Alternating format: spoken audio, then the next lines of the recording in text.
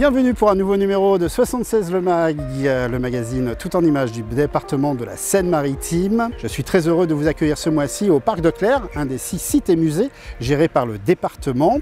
On parlera patrimoine et animaux bien sûr, mais pas que. Je vous propose tout de suite de découvrir le sommaire de votre magazine.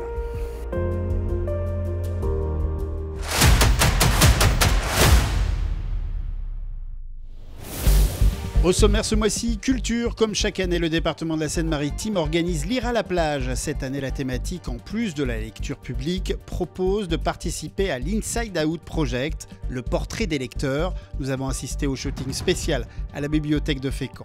Patrimoine 76 Confidentiel nous fait découvrir l'histoire du manoir du Parc de Clères, acheté en 1920 par un ornithologue franco-américain, Jean Delacour. La pause gourmande, Montpanier 76, direction Tourville-la-Chapelle, près de Dieppe. Elisabeth Goyer nous fait découvrir le fromage de chèvre de la chèvrerie de la Petite Colette. Et pour finir, rencontre en fin d'émission avec une jeune artiste rouennaise engagée à la voix rauque. Claire Roignan nous reçoit au Studio 106 à Rouen.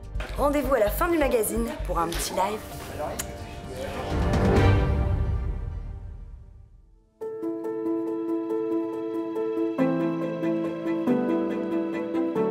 Le Parc de Clères, niché dans une petite vallée normande, est un parc animalier centenaire fondé en 1920 par l'ornithologue franco-américain Jean Delacour. On peut y rencontrer près d'1 millier d'animaux protégés, allant des antilopes aux gibbons, en passant par les pandarous et les flamants roses.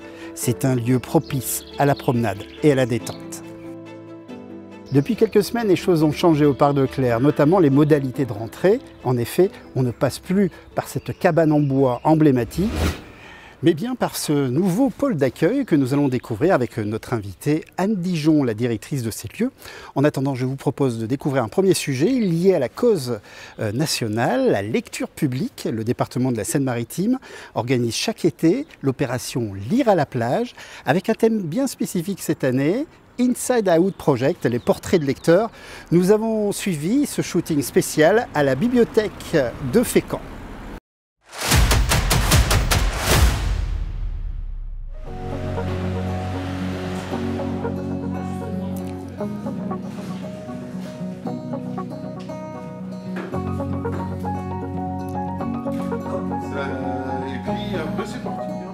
Le projet Inside Out, les portraits de lecteurs, est un moyen de mobiliser le plus grand nombre autour d'un projet artistique participatif et citoyen initié par l'artiste JR.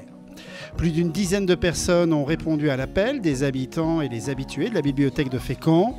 Le principe est simple, un fond unique, et les lecteurs posent à leur manière avec leur livre du moment. Est-ce que ça te convient ? Ah oui, bah oui, à la tête, c'est bien ça que ça lui fait. C'était ça la pause qu'il fallait alors pour pouvoir... Alors oui, c'est tout à fait la pause qu'il fallait, parce que je les collectionne, j'essaye de les trouver dans plusieurs langues et tout, et j'ai grandi avec tout simplement. Attendez le feu vert. Certains vont même plus loin, ils expriment d'une manière humoristique ce que le livre leur a fait ressentir. Comme Lise, on ne va pas tarder à comprendre. Les épaules, voilà. Et après, Peut-être que j'ai froid. Oui. Ah bon, bah mais alors, ça me fait plein de rides. Et serrer des dents alors. Ah bah là. Le choix du livre, La Voix des pôles, c'est un livre qui m'a énormément émue parce que j'adore les pays froids, j'adore les ours polaires et les petits voyages que je fais, c'est rien à côté de ce qu'elle a vécu, cette jeune auteure. J'ai été tellement émue que je lui ai écrit un mail. Elle m'a répondu un mail très très gentil, donc vraiment ce livre c'est très précieux.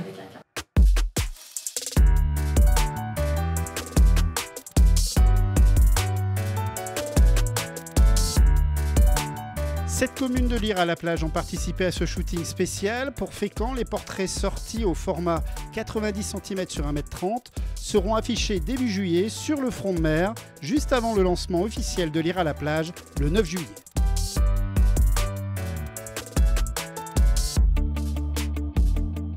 Nous voici à l'intérieur du pôle d'accueil du Parc de Clères avec sa directrice Anne Dijon. Anne Dijon, bonjour. Bonjour. Je suppose que cet outil, cette nouvelle porte d'entrée du parc était attendue depuis pas mal de temps. Oui, effectivement, c'est un projet qui a enfin abouti après presque 9 années de projets, de travaux. Et puis voilà, on est vraiment ravis du résultat. C'est un équipement dont on espère qu'il va pouvoir être exploité au mieux par le public et les équipes aussi qui y travaillent. On a essayé de regrouper quelques fonctionnalités qui étaient un petit peu dispersées auparavant. Donc on a une fonction billetterie boutique en rez-de-chaussée, donc le public pourra accéder, s'acquitter de son billet d'entrée, mais également pouvoir profiter de la boutique sans rentrer dans le parc.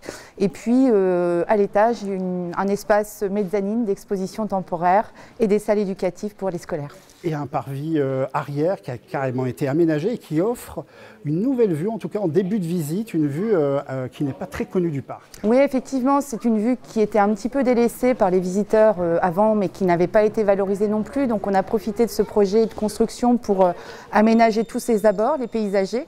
Donc on a planté pas mal de plantes qui viennent d'Asie, des plantes de collection aussi, et dégager les ruines, la motte médiévale. Donc effectivement, c'est une nouvelle vue sur l'église, sur le château, et puis un nouveau point de vue pour les visiteurs avec un circuit de visite recommandé et puis un autre, s'ils le souhaitent, qu'ils peuvent prendre pour aller voir les gibbons. Avant de continuer cet entretien, je vous propose tout de suite quelques actualités du département en 76 secondes.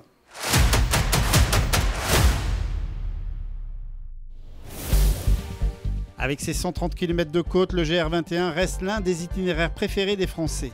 Depuis 2010, le département œuvre à la réhabilitation du sentier du littoral. Le 15 mai dernier, Bertrand Bélanger a inauguré un passage du sentier du littoral en Haute-Falaise sur la commune de Sainte-Marguerite. Longue vie.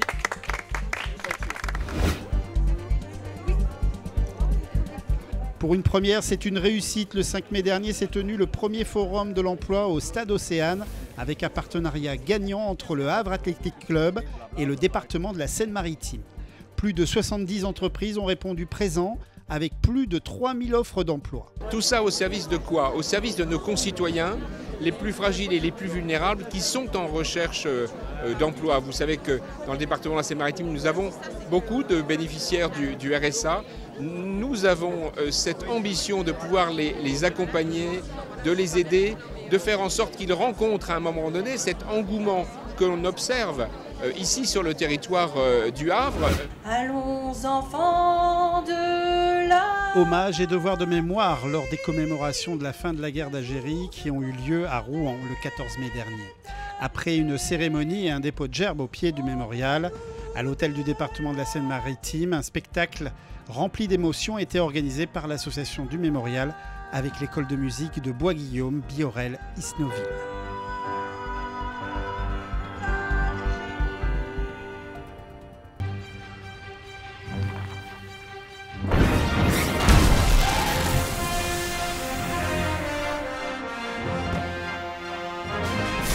Retour vers le futur emploi.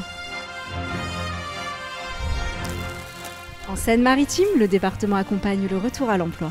RSA, conseiller emploi, aide à la gestion de budget et à l'insertion. Plus d'informations sur seine-maritime.fr. On se retrouve toujours au Parc de Clères avec Anne Dijon. Cette fois-ci, on est sorti, on est allé aux terrasses, qu'on appelle ici les terrasses du Parc de Clères, qui sont juste au pied d'un château magnifique de la Renaissance qui s'est agrandi avec le style néo-gothique. On peut dire que ces terrasses sont très prisées des visiteurs. Oui, effectivement, c'est des terrasses très prisées, surtout avec un temps comme aujourd'hui. C'est un endroit propice où les gens peuvent profiter aussi des pelouses, ce qui est un peu rare ici sur le parc puisque d'ordinaire les pelouses sont dédiées aux animaux.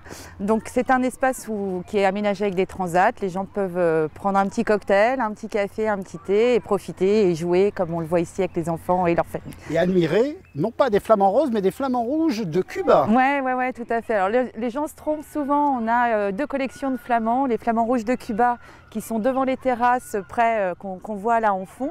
Et puis une grosse collection aussi de flamants roses du Chili qui sont sur le lac. Alors, dans le 76, le MAG, Anne aussi, nous, on sait faire aussi des petites pauses et des petites pauses gourmandes avec Mon Panier 76. Le principe est simple, un produit, un producteur, une recette, et tout ça emballé par Elisabeth Goyer. Et ce mois-ci, elle nous parle du fromage de chèvre près de Dieppe, vous allez voir.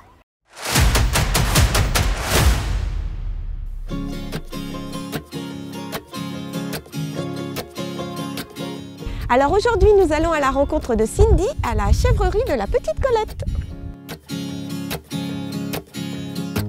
Bonjour Cindy. Bonjour Babette, bienvenue à la chèvrerie La Petite Colette. Je t'emmène visiter la chèvrerie? Ouais, super.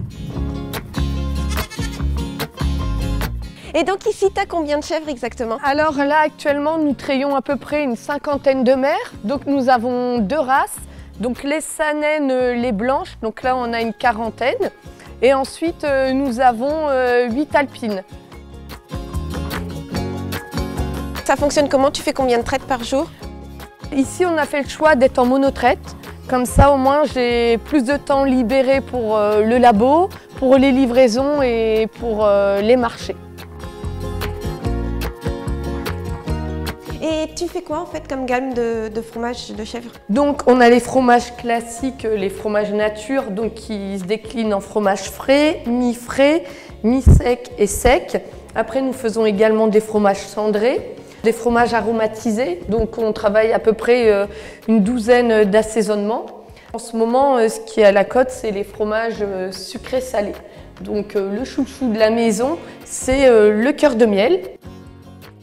Alors on part sur une base de fabrication de fromage classique et en cours d'égouttage, on insère le miel. Et après, on repart sur un égouttage de fromage classique.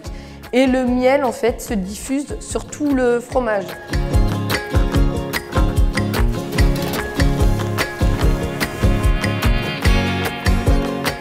Bienvenue à la boutique. Mais tu fais plein de produits, c'est excellent. Et même du chocolat? Voilà, donc ça c'est le chocolat au lait de chèvre, produit par mon collègue Eden Picard qui se trouve au Tréport. Donc là, comme tu peux voir, le petit chocolat lait de chèvre avec le petit logo. Avec la petite chèvre dessus, c'est trop mignon. Alors maintenant, on va aller cuisiner une petite tarte fine chèvre miel. Ça va être trop bon. Pour cette recette, il vous faut une pâte feuilletée, 6 tranches de jambon cru, de la sauce tomate, des olives noires, du basilic et un fromage chèvre miel. Faire précuire la pâte à 250 degrés pendant 5 à 10 minutes. Pendant ce temps, hachez le basilic. Sortir la pâte du four et étaler la sauce tomate. Ajoutez le basilic haché, le jambon cru, les olives noires et le chèvre miel. Remettre au four pendant 10 minutes. Et voilà, bon appétit!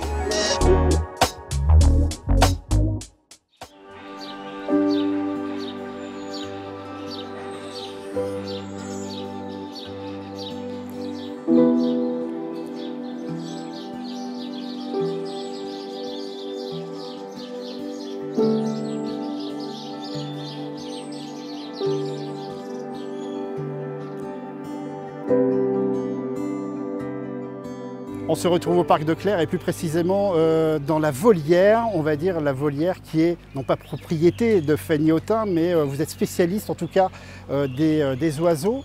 D'abord, votre métier consiste en quoi exactement? Alors moi je suis soigneur animalier, donc ici au parc de Clères. Et en fait mon métier consiste au nourrissage, au nettoyage aussi des enclos, des volières et puis à l'observation de toutes les espèces que vous pouvez voir ici.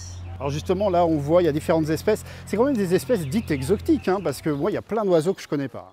Oui, en effet. On a différentes espèces qui représentent tous les continents, en fait. Et là, elles sont bizarres. Hein. Celle juste derrière, oui, c'est quoi? Les gouras. Alors, c'est comme des gros pigeons. Et puis, vous avez la chance aussi de voir des naissances. Il y a eu des naissances dernièrement. Oui, tout à fait. On a eu la chance d'avoir un bébé à Palémur du lac d'Alautra qui est né en mars dernier. Donc il est encore sur le dos de sa maman, mais il commence petit à petit à vagabonder un peu seul. Et si mes renseignements sont bons, il y a aussi une naissance bientôt là, oui, du côté des Pandarous. Oui, tout à fait.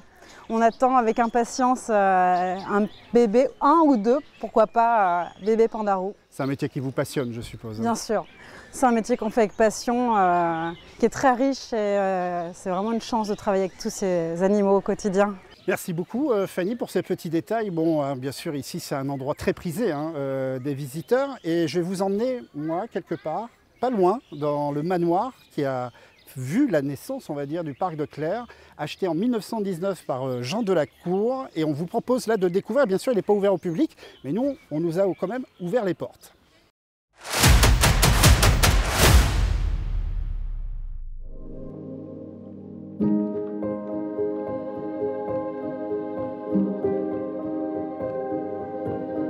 En 1939, le château de Clères est ravagé par un incendie qui détruit de précieuses archives de Jean Delacour, le fondateur du parc. Bouleversé par cet incendie et préoccupé par la guerre qui a lieu donc à cette époque, Jean Delacour décide de partir aux États-Unis, où il va travailler au zoo du Bronx à New York. C'est à partir de 1960 que Jean Delacour décide de s'installer ici dans le manoir. Il y partagera son temps, 6 mois de l'année, entre Clères et Los Angeles.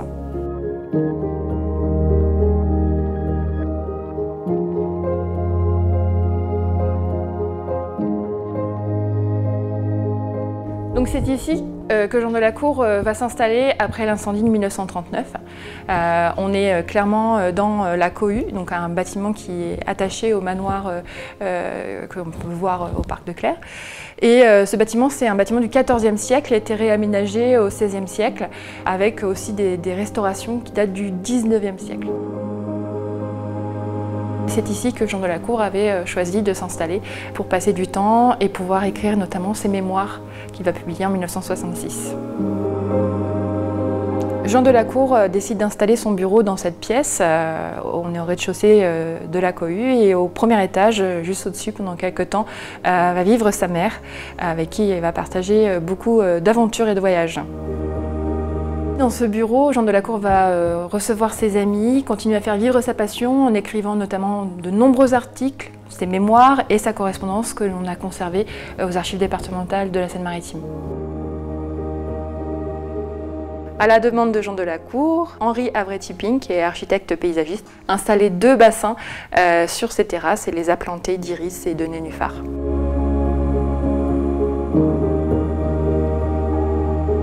En 1985, très affaibli, Jean Delacour ne revient pas au parc de Clères et décède à Los Angeles. Il ne reverra pas ce parc pour lequel il a donné 65 ans de sa vie.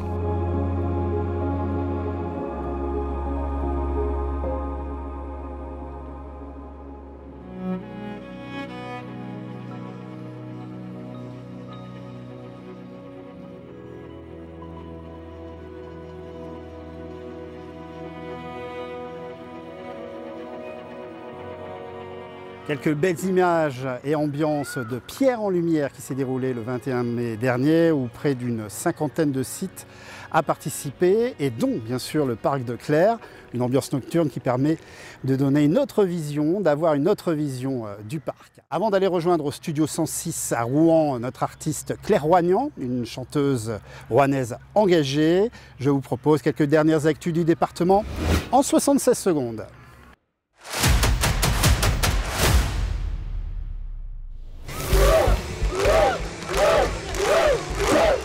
Au Stade Océane, devant 3400 spectateurs, elles l'ont fait. Les filles du Havre Athletic Club Football terminent à la première place de la Division 2 et accèdent au championnat élite, la Division 1, pour la prochaine saison, grâce à une nette victoire 4-0 contre la Lanterne Rouge, le FC Vandenheim, un match parrainé par le département de la Seine-Maritime.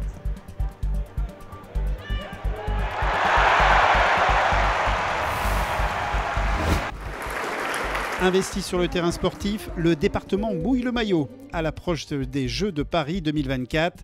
Et il l'a montré le 16 mai dernier en dévoilant sa Seine-Maritime 76, un soutien à 21 athlètes sénomarins, une équipe de choc à découvrir actuellement sur les grilles de l'hôtel du département. Cette Seine-Maritime 76, elle regroupe en fait les athlètes qui vont être accompagnés financièrement par le département pour les JO 2024.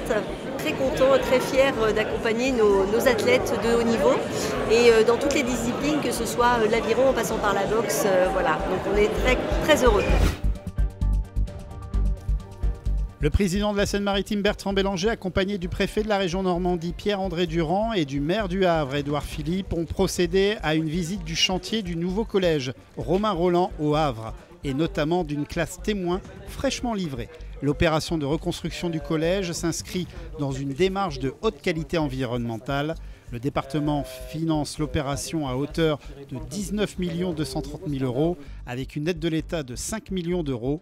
L'inauguration devrait se tenir courant avril 2023.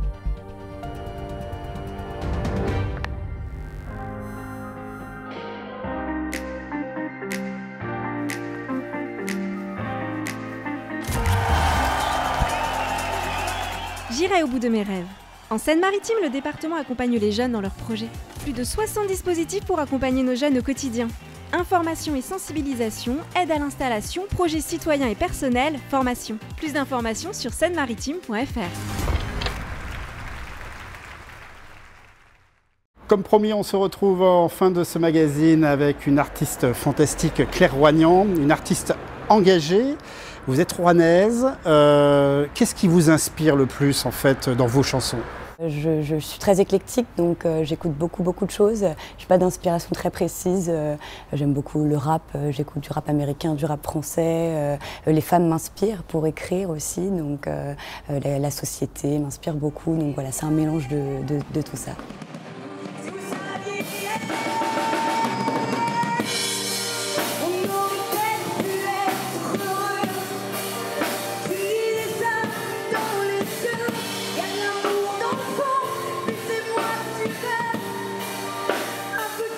On peut dire que c'est une année un peu de transition pour vous, Claire Roignan, parce que vous êtes en pleine création d'albums. Un premier album même, puisqu'on a eu un EP Haute Dame l'été dernier, et puis là un premier album avec des nouvelles chansons. Et ça va être à chaque fois comme ça, en fin de magazine, à notre artiste, on demande une chanson, on va dire, tendance, ou une chanson que vous avez choisie, c'est laquelle ? Moi j'ai choisi Roxane, donc, qui est l'une des premières chansons qu'on a fait, que j'ai écrite, qui parle des femmes, de la prostitution et du regard, comment elles sont perçues par les hommes, mais aussi par les femmes. Merci beaucoup Claire Roignan, je vous laisse aller sur scène. Et puis pour nous, on se retrouve très vite pour un nouveau numéro de 76 Le Mag.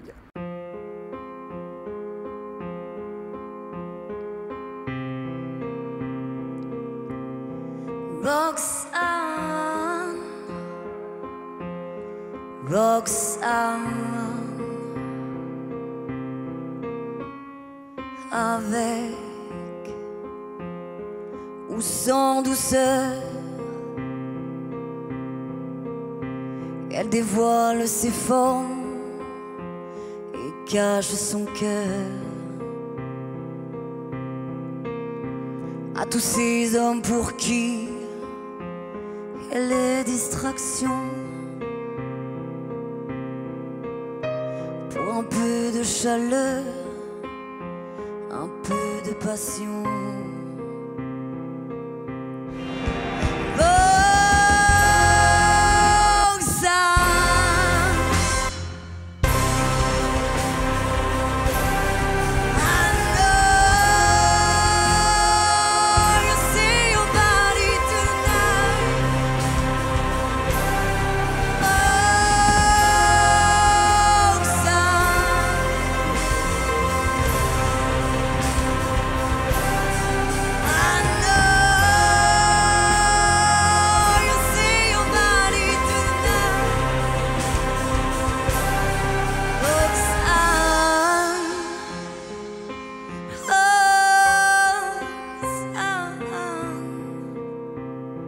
Roxane, Roxane.